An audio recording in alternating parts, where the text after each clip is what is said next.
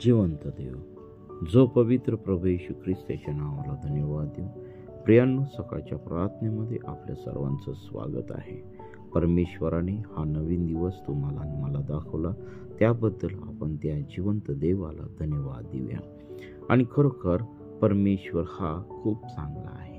त्याचा अनुभव आम्ही प्रत्येकाने घेतला पाहिजे.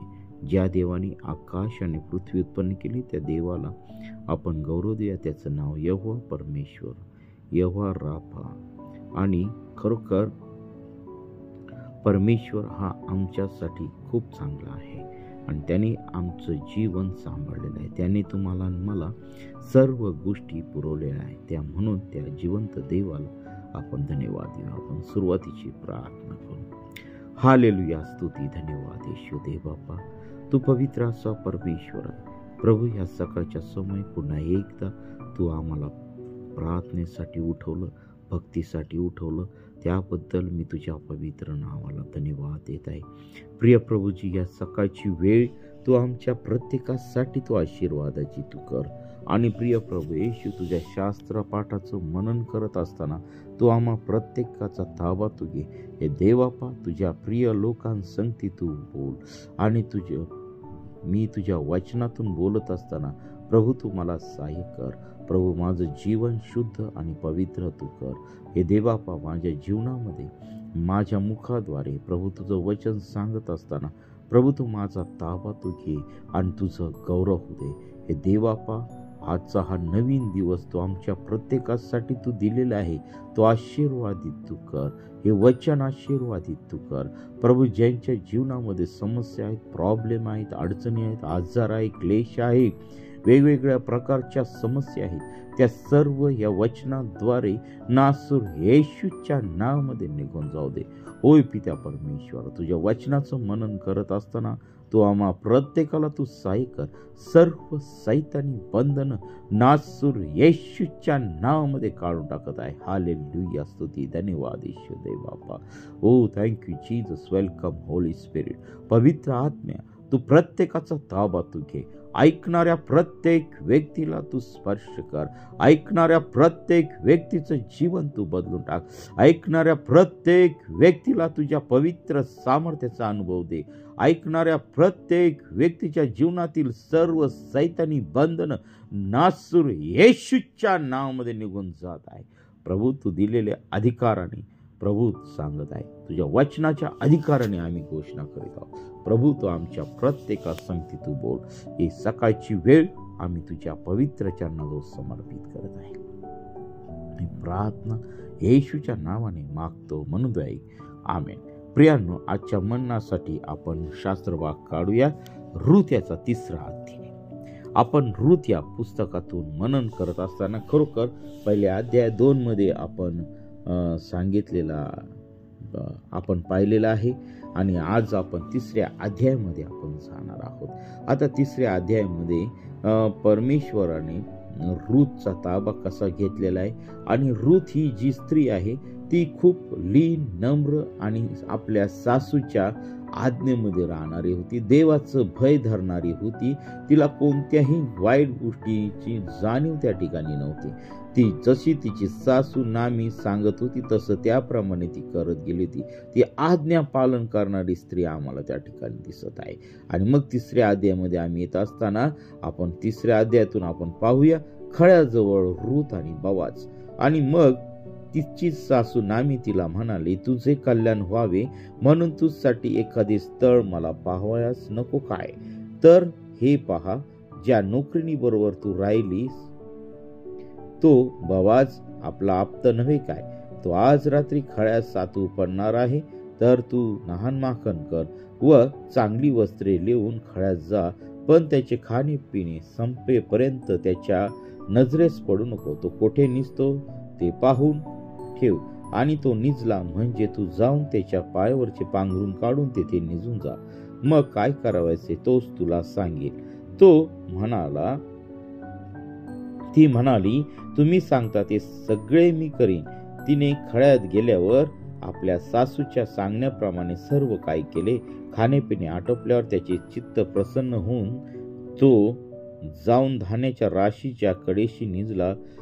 मग ती गपचूप जाऊन त्याच्या पायावरचे पांघरून काढून तेथे निजली. मध्यरात्री उलटल्यावर तो मनुष्य दचकून जागा झाला आणि वर डोके करून पाहतो तो आपल्या पायापाशी कोणी स्त्री निजलेली आहे असे त्याच्या दृष्टीस पडले. तेव्हा तो तिला म्हणाला, तू कोण आहेस? ती म्हणाली, मी आपली दासी रूत आहे. या आपल्या दासीला आपल्या पांघरुणाखाली घ्या, कारण आमचे वतन सोडवण्याचा हक्क आपल्याला आहे. तो म्हणाला, मुली, परमेश्वर तुझे कल्याण करो. तू पहिल्यापेक्षा दुसऱ्या खेपेस अधिक प्रेमळपणा दाखवलास, कारण श्रीमंत किंवा गरीब अशा कोणाही तरुण पुरुषाच्या नादी तू लागलीच नाहीस. तर मुली, भिवू नको. तू म्हणतेस तसे मी तुझ्या संबंधाने करतो, कारण माझ्या गावच्या सर्व लोकांस ठाऊक आहे की तू सद्गुणी स्त्री आहेस. मी तुझे वतन सोडवाय जोगा जवळचा आप्त आहे खरा, तथापि माझ्याहूनही जवळचा आणखी एक आप्त आहे. तू रात्रभर येथे राहा आणि सकाळी तो तुझ संबंधाने आप्त कर्तव्य करण्यास तयार झाला तर बरेच, त्याला ते करू दे. पण तुझ्या संबंधाने आप्त कर्तव्य करण्यास तो कबूल झाला नाही तर परमेश्वराच्या जीविताची शपथ मी ते करीन. सकाळपर्यंत निजून राहा. आणि ती त्याच्या पायापाशी पहाट होईपर्यंत निजून राहिली. आणि मनुष्य मनुष्याला ओळखता येण्यापूर्वी ती उठली, कारण बोआजाने तिला सांगितले होते की खळ्यात कोणी स्त्री आली होती हे कोणाला कळता कामा नाही. तो तिला म्हणाला, तुझ्या अंगावरची चादर आणून पसरून धर. तिने ती पसरल्यावर त्याने 6 मापे सातू मापून तिच्या पदरात टाकले व तिच्या खांद्यावर ठेवले. मग ती गावात गेली. सासूकडे ती आली. तिला म्हणाली, माझ्या मुली, कसे काय झाले? तेव्हा त्या माणसाने काय काय केले तिने तिला सगळे सांगितले. तिने सांगितले की 6 मापे सातू त्याने मला दिले. तो म्हणाला, आपल्या सासूकडे रिकाम्या हाती जाऊ नको. ती म्हणाली, मुली, या गोष्टीचा कसा काय परिणाम होतो हे समजेपर्यंत तू स्वस्थ राहा, कारण आज तो मनुष्य या गोष्टीचा शेवट लावल्याशिवाय राहावयाचा नाही. प्रियांनो, आपण जे काही वचन वाचलेलं आहे त्या वचनामध्ये आम्हाला दिसतं की रूतला आपल्या सासूने ज्या ज्या गोष्टी सांगितल्या त्या गोष्टी तिने त्या ठिकाणी केलेल्या आहेत. तिने सासूला कोणत्याच प्रकारची मनाई त्या ठिकाणी केलेली नाही. आता एक वचन आम्हाला त्या ठिकाणी सांगतं की 5 वचन आम्हाला सांगतं. ती म्हणाली, तुम्ही सांगता ते सगळे मी करीन. पहा, जसं नामीने रूतला सांगितलं त्याप्रमाणे रूत त्या ठिकाणी वागलेली आम्हाला दिसत आहे. पहा, बोआज हा आपल्या खळ्याचं रक्षण करण्याकरिता तो त्या ठिकाणी गेला होता. ते खळ करणार होता. आणि पहा, त्या ठिकाणी त्याने आपलं खाणं पिणं केलं आणि तो त्याची झोपायची जागा होती त्या ठिकाणी तो जाऊन झोपला. आणि मग तो झोपला हे पाहून रूत त्या ठिकाणी जाऊन त्याच्या वस्त्राखाली जाऊन त्या ठिकाणी झोपलेली आम्हाला दिसत आहे. परंतु बोआज हा देखील एक धार्मिक पुरुष होता, देवाचं भय धरणारा पुरुष होता. तेव्हा मध्यरात्री त्याला जाग आली. त्यांनी पाहिलं आपल्या शेजारी कोणीतरी येऊन झोपलेलं दिसत आहे. मग त्याने त्या ठिकाणी रूतला तो म्हणाला की तू कोण आहेस?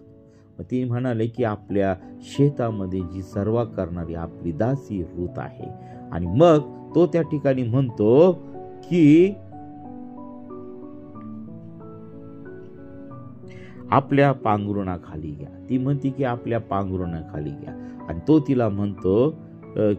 तिला म्हणाला, मुली, परमेश्वर तुझे कल्याण करो. तू पहिल्यापेक्षा दुसऱ्या खेपेस अधिक प्रेमळपणा दाखवला, कारण श्रीमंत किंवा गरीब अशा कोणाही तरुण पुरुषाच्या नादी तू लागली नाहीस. तर मुली, भिवू नको. तू म्हणतेस तसे मी तुझ्या संबंधाने करतो, कारण माझ्या गावच्या सर्व लोकांस ठाऊक आहे की तू सद्गुणी स्त्री आहे. पहा, या ठिकाणी देवाचं वचन स्पष्ट सांगत आहे. बोआज तिच्याबद्दल अधिक माहिती त्याने गोळा केलेली आम्हाला दिसत आहे. तिच्याबद्दल त्याला सर्व काही माहित होतं. आणि ती एक चांगली स्त्री होती. ती एक सद्गुणी स्त्री होती. कारण तिने आपला देश, आपलं लोक सर्व काही सोडून आपल्या सासूच्या माग त्या ठिकाणी आलेले आहे. प्रियांनो, आम्ही आज जगामध्ये पाहत आहोत की आजच्या सुना तसं वागत नाही. मी सगळ्या सुनांना दोष देत नाही. ज्या देवाच्या भयामध्ये चालत आहे, ज्या आपल्या सासूवरती प्रेम करत आहे, आपल्या पतीवर प्रेम करत आहे, आपल्या नवऱ्यावर प्रेम करत आहे, आपल्या कुटुंबावरती प्रेम करत आहे, मी त्या सुनांच्या बाबतीत बोलत नाही. परंतु ज्या सुना आपल्या सासूच्या विरोधात वागत आहे, आपल्या कुटुंबाच्या विरोधात वागत आहे, आपल्या नवऱ्याच्या विरोधात वागत आहे, त्यांना फक्त आपला नवरा, आपले लेकरं आणि आपले आई वडील असे पाहतात, अशा सुना त्या ठिकाणी सक्सेस होत नाहीत. प्रियांनो, देवबाप त्या सुनांना कदापिही आशीर्वादित करत नाही. परंतु ह्या ठिकाणी ही जी रूथ होती, ही सर्व सुनांच्या विरोधामध्ये चालणारी, म्हणजे सर्व सुनांच्या व्यतिरिक्त चालणारी अशी स्त्री होती. पहा, तिच्या जीवनामध्ये देवाचं भय होतं आणि बोआजाच्या देखील जीवनामध्ये भय होतं. तो देखील त्या ठिकाणी म्हणतोय की तू सद्गुणी स्त्री आहे. बघा, त्या ठिकाणी व्यभिचार केलेला नाही. त्या ठिकाणी रूथची कोणत्याही प्रकारचं कुकर्म केलेलं नाही. त्या ठिकाणी जाऊन झोपली खरी. जर आताच्या ह्या जगाच्या परिस्थितीमध्ये जर पाहिलं, जे देवभिरू लोक आहेत तेच ह्या अशा प्रसंगातून वाचू शकतात. मला योसेफाची आठवण होत आहे. जेव्हा त्या अधिकाऱ्याच्या योसेफ ज्या घरामध्ये काम करत होता, त्या अधिकाऱ्याची पत्नी त्याच्या पाठीमागं लागली होती. त्यांनी त्याला एकांतात गाठलं आणि ती म्हटली की मज पाशी येऊन नीच. तर त्या ठिकाणी म्हटला, नाही, हे योग्य नाही. मी धन्याचा विश्वासघात करत आहे आणि मी देवाच्या विरुद्ध हे पाप करीन. मग त्या ठिकाणी योसेफ त्या ठिकाणावरून पळालेला आम्हाला दिसत आहे. कारण त्याच्या जीवनामध्ये परमेश्वराचं भय होतं आणि बोआजाच्या देखील जीवनामध्ये त्या ठिकाणी परमेश्वराचं भय होतं. तो एक चांगला धार्मिक पुरुष होता आणि तो म्हटला की मी तुझे वतन सोडव्या जोगा जवळचा आपता आहे खरा, पण तथापि माझ्याहूनही जवळचा आणखी एक आपता आहे. आणि मग तो तिला सांगत आहे की जर त्या आपताने जर तुझं वतन सोडवलं तर ठीक आहे, परंतु जर त्यांनी नाही सोडवलं तर मी परमेश्वराच्या जीविताची शपथ सांगतो की मी ते वतन सोडवन. आणि त्या ठिकाणी इस्रायलाची अशी प्रथा होती की जो मयत असेल त्याचं वतन सोडवण्याचा अधिकार त्या जवळच्या आपताला असायचा. आणि मग जी कोणी त्याची स्त्री असेल, जी विधवा असेल, तिच्या संगती त्याला लग्न करावं लागायचं आहे. आणि जो मयत असेल त्या मयताचं नाव त्या वतनाला कायम असं राहत असे. आणि पहा, आज आम्हाला ह्या ठिकाणी दिसतं की बोआज हा देखील देवाच्या इच्छेने चालणारा पुरुष होता. आणि मग त्याने त्या ठिकाणी पहा रूथला सांगितलं की बाई, पहा की तू दिवस उजाडण्यापूर्वीच या ठिकाणावरून तू निघून जा. माणूस माणसाला दिसेपर्यंत कळून येत नाही, त्यांचा चेहरा दिसत नाही. त्या अंधारातच पहाटे उठून तू घरी निघून जा. तू कळता कामा नाही की तू ह्या ठिकाणी आली होती. कारण बोआज हा एक धार्मिक पुरुष होता आणि त्याने रूथची देखील बाजू त्या ठिकाणी जपलेली आहे. पहा, त्याची बदनामी होऊ नये म्हणून त्या ठिकाणी ही काळजी बोआजाने घेतलेली आम्हाला त्या ठिकाणी दिसत आहे. आणि मग पहा, तिला त्याने 6 मापे सातू त्या ठिकाणी मापून दिलेले आहेत आणि तिला तिच्या सासूकडे रवाना केलेला आहे. आणि मग नंतर तिच्या सासूने त्या ठिकाणी तिला विचारले की नामेने विचारलं रूथला काय झालं. तिने सर्व जे काही घडलं त्या ठिकाणी आपल्या सासूला सांगितलं. आणि मग ती त्या ठिकाणी रूथला ती म्हणाली की तू आता हे सर्व परिणाम मिळेपर्यंत तू स्वस्थ राहा आणि तो माणूस शांत बसणार नाही. प्रियांनो, अशा रीतीने पहा बोआज आणि रूथ ह्या ठिकाणी कसे एकमेकांसंगती वागले ते आम्हाला दिसत आहे. दोघांच्या जीवनामध्ये परमेश्वराचं भय आम्हाला त्या ठिकाणी दिसत आहे. प्रियांनो, आजच्या स्त्रियांमध्ये असं परमेश्वराचं भय आहे का? आज आम्ही पाहतो जगामध्ये भयंकर असा व्यभिचार चालू आहे, अनैतिक संबंध चालू आहे. आता ह्या सर्व गोष्टी का होत आहे, तर देवाचं भय त्यांच्या जीवनामध्ये राहिलं नाही. देवाचं भय आज लोकांच्या जीवनामध्ये राहिलं नाही. व्यभिचाराच्या पापामध्ये गढून गेलेले आहे आणि दुष्टाच्या बंधनामध्ये अडकत चाललेलं आहे. थेट लहान लेकरांपासून तर थेट वृद्धांपर्यंत आज व्यभिचाराचं पाप आम्हाला जगामध्ये सर्वत्र दिसत आहे. अनैतिक संबंध दिसत आहे. परंतु ह्या शास्त्र भाग वाचल्यानंतर आम्हाला दिसत आहे रूथ आणि बोआज हे खरोखर परमेश्वराने निवडलेले पात्र होते आणि त्यांनी त्यांच्या स्वतःवरती त्या ठिकाणी कंट्रोल त्यांच्या स्वतःवरती त्यांनी त्या ठिकाणी ठेवलेला आम्हाला दिसत आहे. दोघांचं जीवन हे पवित्र होतं. तिची बदनामी होऊ नये किंवा बोआजाची बदनामी होऊ नये, ह्या दोन्ही गोष्टींची काळजी त्या ठिकाणी दोघांनी घेतलेली आम्हाला दिसत आहे. आणि रूथचं जीवन देखील आम्हाला दिसत आहे. ती कोणत्या श्रीमंत मनुष्याच्या मागे लागली नाही किंवा एखाद्या गरीबे मनुष्याच्या मागे लागलेली नाही, तर आपली सासूनी सांगितलेल्या त्या गोष्टींच्या आज्ञा पाळत त्या ठिकाणी गेलेली आहे. जसं सासूने तिला सांगितलं तसं तिने त्या ठिकाणी केलेलं आम्हाला दिसत आहे. प्रियांनो, आज आमच्या जीवनामध्ये आम्ही अशाच गोष्टी केल्या पाहिजे. आम्ही देवाच्या अधीन राहायला पाहिजे. आम्ही आमच्या वडीलधाऱ्यांच्या अधीन राहायला पाहिजे. आणि प्रियांनो, देवबाप आम्हाला आशीर्वादित केल्याशिवाय राहणार नाही. या सकाळच्या छोट्याशा वचनाद्वारे देवबाप तुम्हाला मला आशीर्वादित करो. आणि याच्यावरून हेच आम्हाला कळतं की आम्ही आमचं जीवन पवित्रपणे जगलं पाहिजे. प्रियांनो, तोपर्यंत आमच्या जीवनामध्ये आशीर्वाद येणार नाही. प्रियांनो, पुढे आम्ही 4था अध्याय उद्या पाहणार आहोत. आणि जेव्हा परमेश्वर देवाने कसे रूथच्या जीवनातील प्रॉब्लेम सोडवलेले आहेत, ती एक पवित्र अशी स्त्री कशी झालेली आहे. ती मोआबी होती, परंतु तिने जिवंत देवाचा स्वीकार केला. जिवंत देवाच्या मार्गाने ती चालली. परमेश्वराने तिची कशी पकड घेतलेली आहे, परमेश्वराने त्याच्या लोकांमध्ये तिचा कसा मान सन्मान केलेला आहे, ते आम्ही उद्या पाहणार आहोत. देवबाप या वचनाद्वारे तुम्हाला मला आशीर्वादित करू. आपण प्रार्थना. हालेलुया, स्तुती, धन्यवाद येशू देव बापा, तू पवित्र असा परमेश्वर आहे. प्रभू, आलेले वचन तू आमच्या प्रत्येकासाठी तू आशीर्वादित केलं. ऐकणाऱ्या प्रत्येक व्यक्तीचा ताबा तू घे आणि प्रभू, रूथ सारखं जीवन जगण्यासाठी आजच्या स्त्रियांना तू सहाय्य कर, मार्गदर्शन कर. बोआजासारखं पवित्र जीवन जगण्यासाठी आज सर्व तरुण लेकरांना पासून तर थेट वृद्ध लोकांपर्यंत प्रिय प्रभू येशू त्याचं जीवन आमच्या पुढे किती असं व्हावं यासाठी तू आम्हा प्रत्येकाला तू सहाय्य कर.